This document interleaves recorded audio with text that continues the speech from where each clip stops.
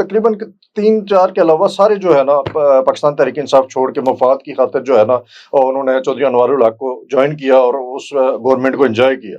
ابھی وہی لوگ ہیں, کوئی کون سی پارٹی میں جا رہا ہے, کوئی کون سی پارٹی میں جا رہا ہے. تو میں سمجھتا ہوں کہ ہمارا انتخابی نشان, ایک تو بھی ہماری آگے ہیئرنگ ہونی بھی ہے اس کے اوپر, تو اس کے اوپر ہم کوشش کریں گے کہ کورٹ کو جو ہے مطمئن کر سکیں اور ہمیں انتخابی نشان مل جائے. اور اگر خدا نخواستہ انتخابی نشان نہیں ملتا تو ہمارے لیے ہمارے لیڈر عمران خان کا نام ہی کافی ہے. رائے صاحب, اس حوالے سے بھی بتائیے گا, ایک تو جو انٹرنیشنل کرائسس چل رہا ہے اس میں ڈیفینیٹلی طور پر جس طرح رول پلے کیا جا رہا ہے جو پاکستان ہے اسپیشلی طور پر, جو ایک لیڈنگ رول کی حیثیت سے اسلام آباد ٹاکس ہوئیں وہ بھی آپ نے دیکھیں, پھر سفارتی محاذ پر جو کامیابیاں ہیں وہ بھی ڈیفینیٹلی دنیا کے سامنے ہیں اور کسی سے ڈھکی چھپی نہیں ہے. تو اس تناظر میں آپ کیا رائے رکھتے ہیں کہ کیا یہ واقعی میں ایک بہت بڑا کام کیا گیا؟ دیکھیں, دیکھا جائے تو پاکستان میں ہمارے جو اس وقت شدید ضرورت تھی, کیونکہ ہم مسلسل بحران کی طرف جا رہے تھے, تو یہ ایک اچھا اقدام تھا میں سمجھتا ہوں, اور ایز اے میڈیٹر ہم اپنا فرائض سر انجام دے رہے تھے. تو یہ پوری دنیا میں بلکہ ہمارے لیے ایک اچھی اور بڑی کامیابی تھی. تو ابھی تک جو یہاں پہ ٹاک ہوئی ہیں اور جو یہ ایک جو صلح ہونے کی کوشش یہاں پہ پاکستان نے اپنی طرف سے کی ہے امریکہ کے منانے کی اور ایران کو, اور ایز اے میڈیٹر بہت اچھا رہا ہے. اور دیکھا جائے تو اس میں جو ایک سب سے جو نیگیٹو ہمیں ایشو بنا ہوا ہے وہ یہ ہے کہ جو آئل کی پرائسز ہے دن بدن وہ جو ہے انکریز ہوئی جا رہی ہیں. تو یہ ایک میں سمجھتا ہوں کہ عوام کے ساتھ دھوکہ ہے. میں رائے صاحب آپ کی طرف واپس آؤں گا تو پھر اسی چیز کو کیری آن کریں گے. سمیہ ساجد جو سینئر رہنما ہیں مسلم کانفرنس آزاد کشمیر کی, وہ بھی ہمارے ساتھ موجود ہیں. سمیہ ساجد صاحبہ, کہیے گا اس حوالے سے کہ ایک تو مارکہ حق اور پاکستان کی جو سفارتی کامیابیاں ہیں اس حوالے سے آپ کیا رائے رکھتی ہیں؟ ایک تو جس طرح پاکستان کا امیج دنیا بھر میں اجاگر ہوا ہے اور پاکستان نے جو کامیابیاں اس دوران سمیٹی ہیں, اس حوالے سے آپ کی کیا رائے ہے؟ آپ کا شکریہ کہ آپ نے مجھے پروگرام میں مدعو کیا. تو جیسے کہ مارکہ حق جو ہے وہ اس وقت الحمدللہ آج سال ہونے جا رہا ہے, اور پوری دنیا جو ہے اس بات کو مان چکی ہے کہ پاکستان جو ہے اس نے اپنا ایک مطلب اس کا جو ایک امیج تھا جو کچھ عرصہ پہلے یہ تھا کہ شاید پاکستان بہت کمزور ہے اور بہت سی خامیاں گنی جا رہی تھیں, تو اللہ تعالیٰ کی کرم نوازی سے مارکہ حق وہ بیس بنا, اور جو پاکستان سے کئی گنا بڑا جو دشمن ہے اس کو بھی پتہ چل گیا کہ پاکستان جو ہے وہ کمزور نہیں ہے. اور جب وہ اپنی خود مختاری کی بات آئے, جب اس کی بقا کی بات آئے, تو وہ پھر بتا دیتا ہے دشمن کو کہ میں کیا ہوں. الحمدللہ آپ یہ دیکھیں کہ سفارتکاری کے حوالے سے بھی پاکستان جو ہے اس نے اپنی لیگیسی کو کنٹینیو کیا, اور اس وقت کی جو موجودہ صورتحال ہے, اب جو دنیا جو ہے تیسری عالمی جنگ کی طرف چل رہی تھی, اور اس میں پاکستان کا بھرپور کردار رہا امن کے حوالے سے. جو ایران اور امریکہ کے درمیان انہوں نے جو 8 اپریل کو سیز فائر کروایا, وہ ایک میں کہتی ہوں کہ ایک اللہ تعالیٰ کی طرف سے ایک بہت بڑا انعام ہے کہ پاکستان جیسے کہ اسلام جو ہے ہم کہتے ہیں کہ امن ہے, اور پاکستان نے امن کا علمبردار انہیں کا ثبوت دیا. اور آج پوری دنیا میں آپ دیکھ لیں کہ پاکستان کے لیے بات کی جا رہی ہے, فخر سے پاکستان کا ذکر کیا جا رہا ہے. اور یہ میں یہ کہوں گی کہ یہ ہمارے جو پرائم منسٹر ہے شہباز شریف صاحب, وہ اور ہمارے فیلڈ مارشل سید عاصم غنی, جو ان کی جو سفارتکاری اور ان کی اسٹریٹجک جو بصیرت ہے اس کا منہ بولتا ثبوت ہے. اور آپ یہ بھی دیکھ لیں کہ اس وقت ہر طرف ایک خوف طاری ہو چکا تھا کہ اب یہ تیسری عالمی جنگ کو کوئی روک نہیں سکتا, اور پھر اب جو سیز فائر رکا بھی, اور اس کے بعد اب یہ دیکھ لیں کہ ڈونلڈ ٹرمپ کی اب کی جو ٹویٹ آئی ہے اس میں بھی انہوں نے خاص طور پہ باقی ممالک کا تو ہے لیکن انہوں نے خاص طور پہ پاکستان کا شکریہ ادا کیا, پاکستان کی عسکری جو قیادت ہے اس کا شکریہ ادا کیا, سیاسی قیادت کا شکریہ ادا کیا, اور انہوں نے یہ کہا جی کہ اس وقت ہم نے جو مطلب جو جنگ بندی کی جو انہوں نے توسیع کی ہے اس میں انہوں نے یہ کہا کہ ہم پاکستان کی اس بات کو ہم نے رد نہیں کیا, اور پاکستان کی جو بات تھی اس کو ہم نے مانا کہ بہترین ثالث کا کردار ادا کیا گیا. اور اس طرح انہوں نے مطلب یہ جو تہران کے جو مذاکرات ہیں اس میں بھی ایک جامع تجویز تیار کرنے کے لیے ان کو ایک وقت مل سکتا ہے. تو آپ یہ دیکھ لیں کہ دنیا میں بہت سارے مسائل جو ہیں مذاکرات کے ذریعے حل ہو سکتے ہیں, جیسے اسلام آباد اور جو ہے وہ بولتا ثبوت ایک حقیقت ہے. اور پہلے ایک ٹرنیور ہوا, دوسرا بھی بھرپور کوشش کی پاکستان نے. اسی طرح انشاءاللہ پوری امید ہے کہ جو امن کے لیے جو ایک اس وقت ایک بہت بڑا کردار ادا کر رہا ہے پاکستان, اور اس میں اس کو کامیابی ہوگی انشاءاللہ, جاری و ساری رہے گا. اچھا میم, آزاد کشمیر کے حوالے سے بھی کچھ آپ سے اس حوالے سے پوچھنا چاہوں گا, کیونکہ ڈیفینیٹلی آپ سینئر رہنما ہیں مسلم کانفرنس کی, تو کیا آزاد کشمیر میں جو الیکشن ہونے جا رہے ہیں اس حوالے سے بتائیے گا کہ مسلم کانفرنس اس دفعہ کتنی پریپیئرڈ ہے؟ کیا یہ سمجھتی ہیں کہ ایک سے زائد سیٹیں نکالنے کی کنڈیشن میں ہے؟ نہ کوئی اپوزیشن دیکھی گئی مسلم کانفرنس سے, نہ کچھ مینز مظفر آباد کے بھی حال آپ کے سامنے ہے. راجہ ثاقب مجید جو مسلم کانفرنس کے وہاں پہ سرکردہ رہنما تھے وہ بھی مسلم کانفرنس چھوڑ چکے, جن کی ایک امید تھی کہ وہ وہاں سے الیکشن جیت پائیں گے. تو ابھی کیا کنڈیشن ہے؟ جی میں نے آپ کو پہلے بھی ایک دفعہ میری آپ سے بات ہوئی تھی تو میں نے کہا تھا کہ میں کبھی مایوس نہیں ہوتی, اور الحمدللہ ہماری ریاستی جماعت ہے, اور ریاستی جماعت کو پری پلانڈ طریقے سے کمزور کیا گیا, اس کو توڑا گیا. اس کے لوگ جو ہیں ان کو اب یہ اس وقت جو نون لیگ ہے وہ کون ہے؟ وہ مسلم کانفرنس سے ہی گئے ہوئے لوگ ہیں, اور اسی طرح پی ٹی آئی کے جو لوگ ہیں وہ بھی آپ دیکھیے میکسیمم وہی لوگ ہیں جو مسلم کانفرنس کے دور میں سردار عتیق صاحب کے ہاتھوں سے ٹکٹ ان کو ملے, وہ اسمبلی میں گئے, وہ منسٹرز بنے. تو یہ ہے کہ ہم پوری امید بھی ہے انشاءاللہ. دیکھیں جو سیاست ہے اس میں حرف آخر کچھ بھی نہیں ہے, لیکن الحمدللہ جو ریاست کے لیے مسلم کانفرنس کا کردار رہا آپ کے سامنے, باقی جتنی بھی جماعتیں ہیں انہوں نے پاکستان اور کشمیر کا رشتہ جو ہے اس کو کمزوری کیا ہے. اگر کوئی مضبوطی کی طرف کوئی جس نے پاکستان اور کشمیر کے رشتے کے لیے بات کی تو وہ مسلم کانفرنس ہی ہے.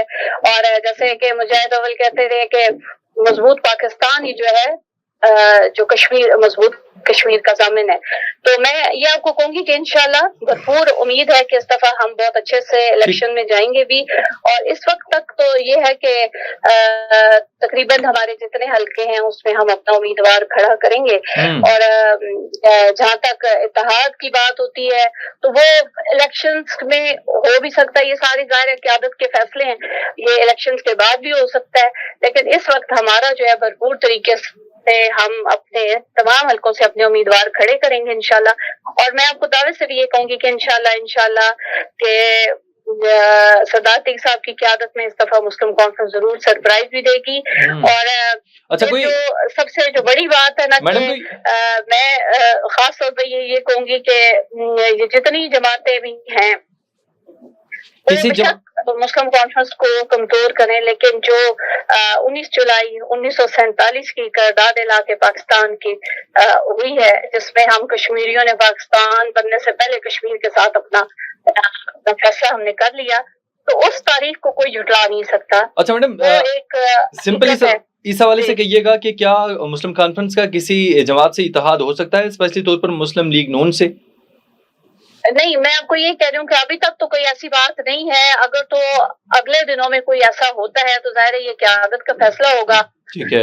ابھی تک تو ہمارے جو صدر جماعت ہے انہوں نے یہی کہا ہے کہ تمام حلقہ جات سے ہم اپنے امیدوار کھڑے کریں گے. اور انشاءاللہ مجھے پوری امید ہے کہ اب کوئی بھی جو گورنمنٹ ہے وہ مسلم کون. اور میں آپ کو یہ بھی بتا, جیسے آپ نے ثاقب مجید صاحب کی بات کی تو بہت نام, بڑے بڑے نام جو ہیں وہ مسلم کانفرنس کی وجہ سے ہی بنے تھے اور مسلم کانفرنس چھوڑ گئے.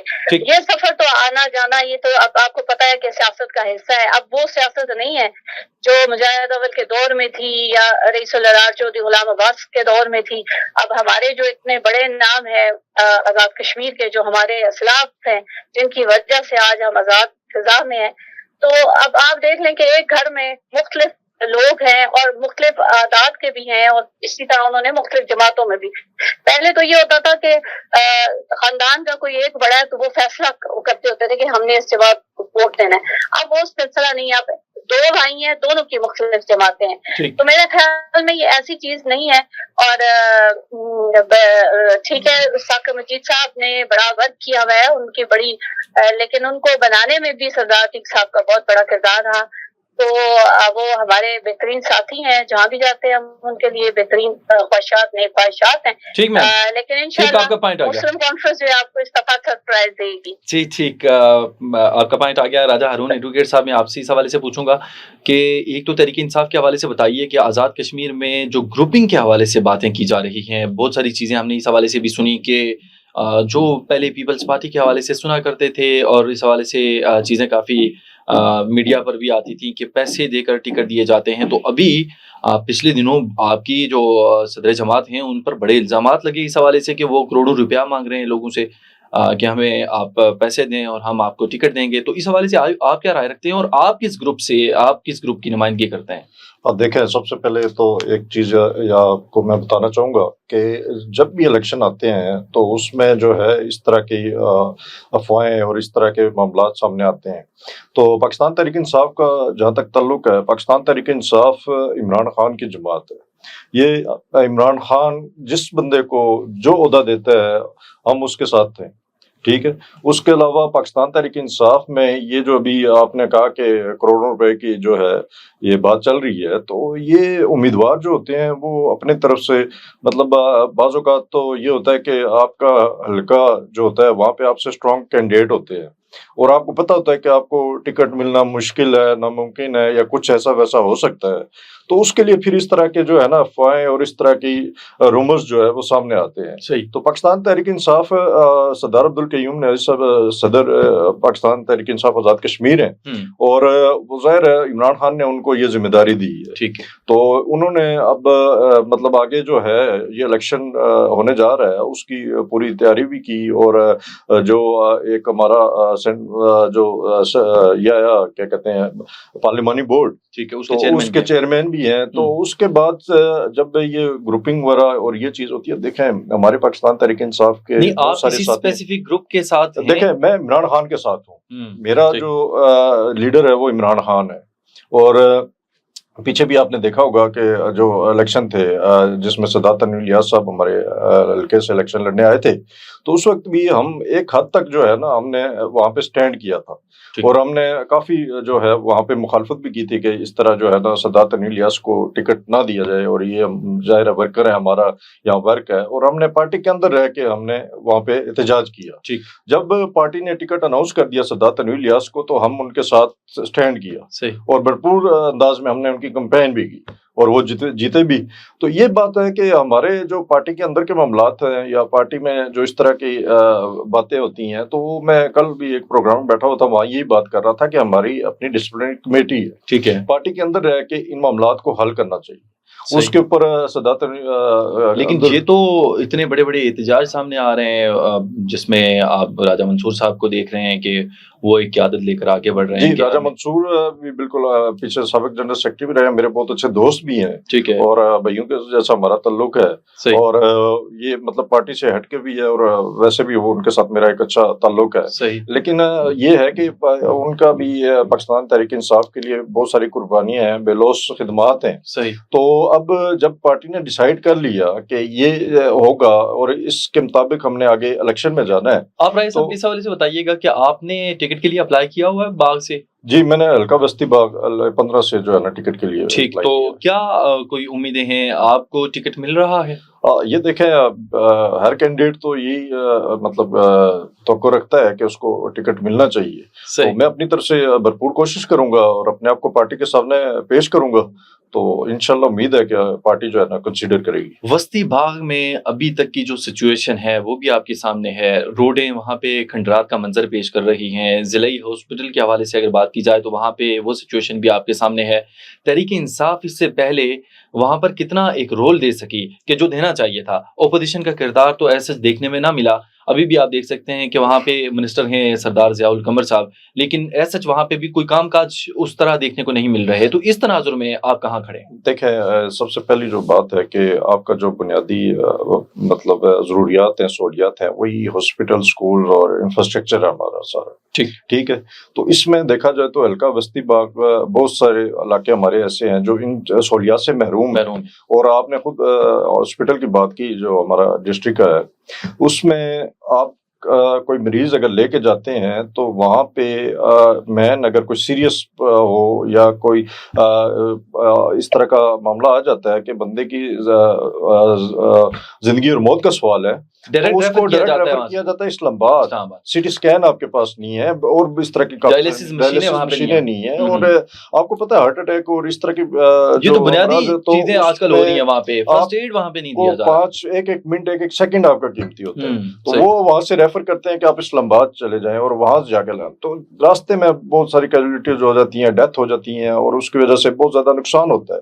تو اس لیے ہم لوگ جو خاص طور پہ ہم نوجوان جو ہے، ہم لوگ اس پاکستان تحریک انصاف کا جو حصہ ہے، ہم لوگوں کی یہی سب سے بڑا جو ہے ہمارا یہ مشن ہوگا. اور ہمارا جو ہم الیکشن میں اتریں گے تو اپنی عوام اور اپنے لوگوں سے یہ ہمارا وعدہ ہوگا کہ جب بھی ہم نے اللہ تعالیٰ نے ہمیں عزت دی اور اللہ تعالیٰ نے اس مقام پہ لا کے کھڑا کیا، تو ہم سب سے پہلے ان چیزوں کو جو ہے نا صحیح کریں گے، اور لوگوں کو جو سہولیات ہیں ان کے دستک گھر تک لا کے دی جائیں گی، اور جو بھی اس طرح کے محرومیاں ہیں ان کو دور کیا جائے گا. اور یہ آپ ذیاق قمر صاحب کی بات کر رہے ہیں، یہ باپ بیٹے کی وہی موروثی سیاست چلی آ رہی ہے جس کے ہم اسٹیٹس کو ہے، جس کے ہم سخت مخالف ہے. صحیح، یہ نہیں ہونا چاہیے. یہ کوئی ایسی جو ہے نا بات نہیں ہے کہ آپ کے پاس پورے جو باغ میں ہے کوئی اور ایسا لیڈر ہے ہی نہیں، لڑکا ہی نہیں ہے، کارکن ہی نہیں ہے جو لیڈ کر سکے. یہ جو ہے نا اسی وجہ سے یہ محرومیاں ہیں، اور یہ محرومیاں اگر یہ لوگ اسی طرح مسلط رہے تو ان محرومیوں سے نکلنا جو ہے نا ناممکن ہے اور بہت مشکل ہے. سمیع ساجد صاحبہ، میں آپ کی طرف آؤں گا، آپ سے اس حوالے سے پوچھوں گا کہ پاکستان پیپلز پارٹی کی آزاد کشمیر میں حکومت ہے، آپ بھی شہر اقتدار میں بیٹھی ہوئی ہیں، تو کیا سمجھتی ہیں کہ کوئی خاطر خواہ تبدیلی لائی جا سکی جو فیصل ممتاز راٹھور ہیں وزیر اعظم؟ ہاں جی، بس وہ جو ایک گیپ آ گیا تھا سیاسی طور پہ وہ تھوڑا سا بہتر ہوا ہے. باقی ایسا جو پاکستان پیپلز پارٹی کا، کیونکہ اس میں بھی وہی منسٹر ہیں جو پچھلے ٹینیور میں بھی رہے ہیں. صحیح. تو جب لیکن قیادت جو چینج ہوئی، پرائم منسٹر تھے، تو ابھی یہ کہ چلیں ایک گورنمنٹ ایک مطلب ایک جماعت کی بن گئی ہے، وہ ایک اس طرح کا ہوا. لیکن ظاہر ہے بہت سارے لوگ اس جماعت میں پھر شامل ہو گئے، تو مطلب منسٹر یہ وہی تھے جو پچھلے ٹینیور میں بھی تھے، اور انہوں نے اس ٹینیور میں کیا کام کیا اور ابھی کیا ہوا. ابھی تو یہی بھی کہہ سکتے ہیں کہ ان کے پاس ٹائم ہی تھوڑا تھا، لیکن کچھ ایسا خاطر خواہ ہم نے یہ نہیں دیکھا کہ جو عوام کو اس کا کوئی ایسا ریلیف مل سکے، کیونکہ ہم نے کوئی ایسی چیز نہیں دیکھی. لیکن یہ تھا کہ جو پچھلے عرصے میں جو ایک انتشار پھیل چکا تھا، ایک افراتفری کا ماحول بن گیا تھا آزاد کشمیر میں. حالانکہ آپ یہ دیکھیے کہ آزاد کشمیر میں کبھی ایسی باتوں کا تصور ہی نہیں ہوتا تھا، اور بہت رواداری والا ماحول تھا، عزت احترام والا ماحول تھا. لیکن وہ ساری چیزیں جو ہیں وہ ختم ہو چکی تھی، اور اس کا میں یہی سمجھتی ہوں کہ اس کے جو سب سے بڑا جو نقصان ہے وہ ہماری یوتھ کو ہوا. یوتھ کو ہم نے ڈیٹریکٹ کیا گیا، اور خاص کر کے میں ہمیشہ یہ کہتی ہوں کہ جو بے روزگاری تھی جس کی وجہ سے جو ہماری یوتھ ہے وہ بہت مایوس ہوئی، کیونکہ عدم اعتماد کا سلسلہ اتنا طویل ہوتا گیا، کسی بھی جماعت کو پورا مکمل ٹینیور دیا ہی نہیں گیا کہ وہ اچھا اپنا کام کر سکتی ہے یا برا کام کر سکتی ہے کہ اس کو کوئی ایسا وقت ملے. تو 2 سال کا 1.5 سال کا جو وقت تھا اس میں اگلا عدم اعتماد آتا تھا، اور یہی لوگ ہوتے تھے جو اگلے سیٹ اپ میں بھی ہوتے تھے. میں آپ کو یہ بتا دوں کہ یہ ہمارا جتنا بھی عدم اعتماد کا سلسلے ہوئے، اس میں جو میرے لیڈر ہیں سردار خان صاحب، انہوں نے کسی بھی مطلب جو ابھی 1 2 3 جو عدم اعتماد ہوئے اس میں انہوں نے کوئی ووٹ کاسٹ نہیں کیا، وہ بالکل سائڈ پہ ہی رہے. مطلب مسلم کانفرنس اس کا حصہ نہیں بنی. تو دیکھیے ابھی اس وقت اب سب الیکشنز کی طرف جا رہے ہیں، اور ہر جماعت کے اس وقت یہی کوشش ہے کہ ہم اپنے جو ووٹرز ہیں جن کو ایک عرصے سے ہم نے چھوڑا ہوا تھا، تو اب ان کی طرف ہم چل پڑیں اور ان سے ذرا ان کے جو مسئلے ہیں وہ ڈسکس کر سکیں. اور میں یہی کہوں گی کہ جو ایک پولیٹیکل پارٹی ہوتی ہے اس کی بات کچھ اور ہوتی ہے، اور یہ جو مکس یہ جو سارا سسٹم تھا اس نے خاص کر کے عوام کو بہت مایوس کیا، کیونکہ عوام کے مسئلے جوں کے دوں ویسے ہی ہیں. اور جیسے پھر کیونکہ میں خود خاتون ہوں تو میں خواتین کی اگر بات کروں تو اس میں آپ دیکھیں کہ ہماری نصف جو آبادی ہے وہ خواتین کی ہے، اور اس کی ریپرزینٹیٹیو کتنی ہیں؟ 5. تو ان کے وہ کیا مسائل حل کریں گی؟ تو جو مین مسئلے ہیں خواتین کے بھی وہ بھی ویسے کے ویسے ہی ہیں. تو امید یہی ہے کہ ہمارے اسلاف نے بڑی قربانیاں دے کے اس خطے کو آزاد کیا، اس سیٹ اپ کو آزاد کیا، اور میں یہ امید کرتی ہوں کہ اللہ کرے کہ آئندہ ایسی گورنمنٹ ہو کہ جو عوام کی بہتری کے لیے کام کاج کرے، جس میں چاہے وہ ہمارے خواتین ہو، ہماری یوتھ ہو، مطلب اس میں کوئی تمیز نہیں ہونی چاہیے کہ اسپیشل کچھ لوگ ہی ہیں جن کو نوازا جا سکتا ہے۔ تو ہماری عوام جو ہے وہ اس وقت پس رہی ہے، مہنگائی کے حساب سے پس رہی ہے، تو ان کے لیے کوئی بہتر کام ہو، یہی دعا ہے کہ اللہ کرے کہ اگلا سیٹ اپ ایسا ہو۔ رائے صاحب، آپ اس حوالے سے کہیے گا کہ جو کل بھی پیٹرول کی پرائسز انکریز ہوئی ہیں بڑے پیمانے پر، اب عام آدمی کے لیے جینا ڈیفینیٹلی بہت مشکل ہو چکا ہے۔ ہم سمجھتے ہیں کہ انٹرنیشنل ایک کرائسس ہے، لیکن اس کے باوجود بھی ایک عام آدمی کے لیے، دیہڑی دار کے لیے کتنا مشکل ہو گیا ہے۔ اس تناظر میں آپ کیا سمجھتے ہیں کہ کیونکہ آزاد کشمیر کے الیکشن بہت جلد آنے والے ہیں، تقریباً 2 مہینے بعد الیکشن ہوں گے، تو آپ کیا سمجھتے ہیں کہ اس کا امپیکٹ وہاں پر بھی پڑے گا؟ کیونکہ جس طرح ہم کہہ رہے ہیں یا جو چیزیں دیکھ رہے ہیں کہ مسلم لیگ نون وہاں پہ بھی حکومت بنانے جا رہی ہے، تو کیا کوئی ٹف ٹائم مل سکتا ہے آپ کے خیال میں؟ اب دیکھیں، یہ تو عام طور پہ ہوتا ہے کہ الیکشن سے پہلے جو سال ہوتا ہے اس میں ریلیف گورنمنٹ جو ہوتی ہیں وہ ریلیف دیتی ہیں، ٹھیک، اور تاکہ اپنا جو الیکشن آپ کا آگے آ رہا ہو، کشمیر میں ہو یا گلگت بلتستان میں ہو، جو فیڈرل میں گورنمنٹ ہوتی ہے وہ ان کو ریلیف دینے کی کوشش کرتی ہے۔ لیکن اس بار یہ عجیب ہی کوئی ان کا جو ہے نا پلاننگ اور مینجمنٹ ہے کہ پیٹرول دن بدن ہر ہفتے جو ہے نا وہ ایک پیٹرول بم گرا دیا جاتا ہے، اور اس کی وجہ سے میں سمجھتا ہوں ان کے لیے تو بہت زیادہ مشکلات، ظاہر ہے ان کو مشکلات کا سامنا کرنا پڑے گا، لیکن اس کے برعکس اگر دیکھا جائے تو عام عوام بہت زیادہ اس میں پس رہی ہے۔ آپ لاک ڈاؤن آپ نے لگایا ہوا ہے، سمارٹ لاک ڈاؤن اس کو کیا کہتے ہیں، 8 بجے اور 10 بجے شاپس وغیرہ بند کرنے کا، اور اس کے علاوہ جو غریب کاروباری طبقہ وہ بڑا اس ٹائم کنفیوز ہے اور احتجاج بھی ہو رہے ہیں۔ تو اس لحاظ سے اگر دیکھا جائے تو یہ کوئی اس طرح پلاننگ نہیں ہے جس طرح عمران خان کے دور میں کرونا وائرس آیا تھا، اور کرونا کے دور میں عمران خان نے اپنے عوام اور اپنے جو لوگوں کو جو ہے مشکل کے ہونے کے باوجود اس کے اوپر جو ہے نا ڈال بن کے وہ رہے، اور ایسے اقدامات کیے جن سے عوام کو ریلیف زیادہ ہو اور ان کو جو ہے کوئی مشکلات کم ہو۔ تو میں سمجھتا ہوں اس لحاظ سے اور اس اعتبار سے یہ گورنمنٹ بالکل فیل ہو چکی ہے، اور اس کی کوئی آگے فیوچر پلاننگ نہیں ہے کہ آگے ہم نے کیا کرنا ہے، کس طرح کرنا ہے، اور ان کا جب دل آنکھ کھلتی ہے اور ہوتے ہیں کہ آگے کیا پتہ یہ ہو جائے وہ ہو جائے۔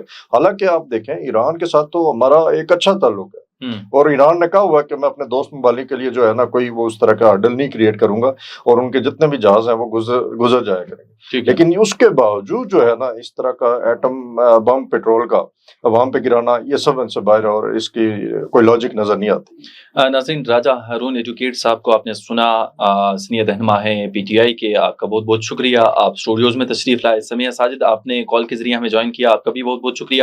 ناظرین، پروگرام آپ نے سنا، فیڈ بیک اس حوالے سے لازمی دیجیے گا۔ آج کے پروگرام سے اتنا ہی، اگلے پروگرام کے لیے دیجیے اجازت، اللہ نگہبان۔